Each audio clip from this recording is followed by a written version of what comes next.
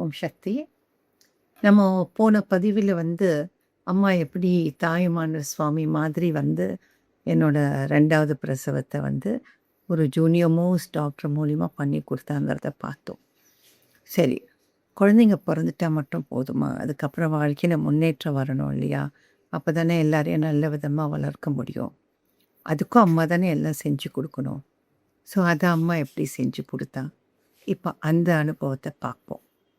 நான் சொன்னேன் இல்லையா, நான் ஒரு ஹாஸ்பிட்டலில் நர்சிங் ஹோமில் ஒர்க் பண்ணிகிட்டு இருந்தேன். இது 1982 to 85 பீரியட், அந்த பீரியடில். ஸோ அப்போ என்ன ஆச்சுன்னா, அம்மாவோட கோவிலும் சிறியதாக இருந்த கோவிலை பெருசாக கட்டுறதுக்காக அந்த கட்டுமான பணிக்கு உண்டான சேவைகள், அதற்குண்டான மதிப்பீடு அதெல்லாம் போட்டு ஒரு பேம்ப்ளெட் வந்தது.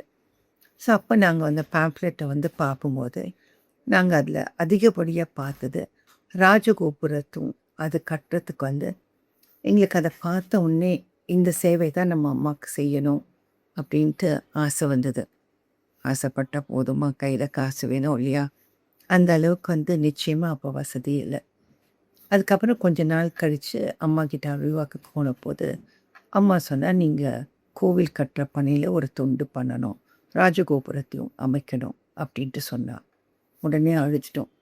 அம்மா, எங்களுக்கு அதுதான் ஆசை, பட் அதுக்கு உண்டான பணம் எங்ககிட்ட இல்லை அப்படின்னு சொன்ன பொழுது, அம்மாவோட பெரிய கருணையை பாருங்கள், நான் உனக்கு வசதியை ஏற்படுத்தி கொடுக்குறேன், அந்த தூண் உயர உயர உன் வாழ்க்கையை உயர்த்தி கொடுக்குறேன் அப்படின்ட்டு சொன்னாங்க. அப்புறம் ரொம்ப சந்தோஷமாக வெளியே வந்துட்டோம். கிட்டத்தட்ட 2 வருஷம் ஆச்சு. அதை சேர்த்து கொடுக்கறதுக்கு 2 வருஷம் ஆச்சு. ஆனால் உண்மையிலேயே அதிசயத்தில் அதிசயம், அந்த தூண் உயரும்போது என் வாழ்க்கை உயர்ந்து இருந்தது. எப்படி உயர்ந்து இருந்ததுன்னா, அது வரைக்கும் நான் ஒரு நர்சிங் ஒர்க் பண்ணிகிட்டு இருந்தேன். அந்த தூண் முடியும் போது நான் என்னோடய சொந்த நர்சிங்கும் ஸ்டார்ட் பண்ணியிருந்தேன். அதுவும் லேட்டஸ்ட் அல்ட்ராசவுண்ட் மெஷினோட.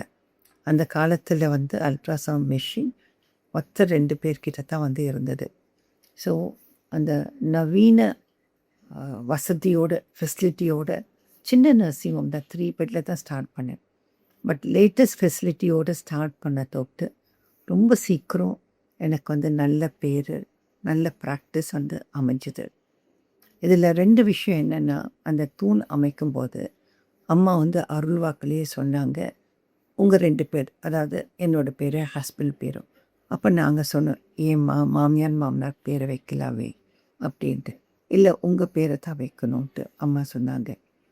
அதே மாதிரி நீங்கள் கோவிலுக்கு போனீங்கன்னா 4 கால் மண்டபத்துலேருந்து லெஃப்ட் சைட் பார்த்தீங்கன்னா எங்கள் பேரில் அந்த ராஜகோபுரத்தும் இருக்கும். இன்னொன்று அம்மா சொன்னாங்க, நீ நரசிம்மம் அமைச்சு சீக்கிரத்துலேயே கைராசின்னு பேர் எடுத்து நல்லாயிருக்கும் அப்படின்னு சொன்னாங்க. அதே மாதிரி சீக்கிரத்துலேயே அந்த ஏரியாவில் கைராசியான டாக்டர் அப்படின்னு பேர் எடுத்து நல்ல ப்ராக்டிஸ் நல்ல வசதியோடு செழிப்பாக வாழ ஆரம்பித்தோம்.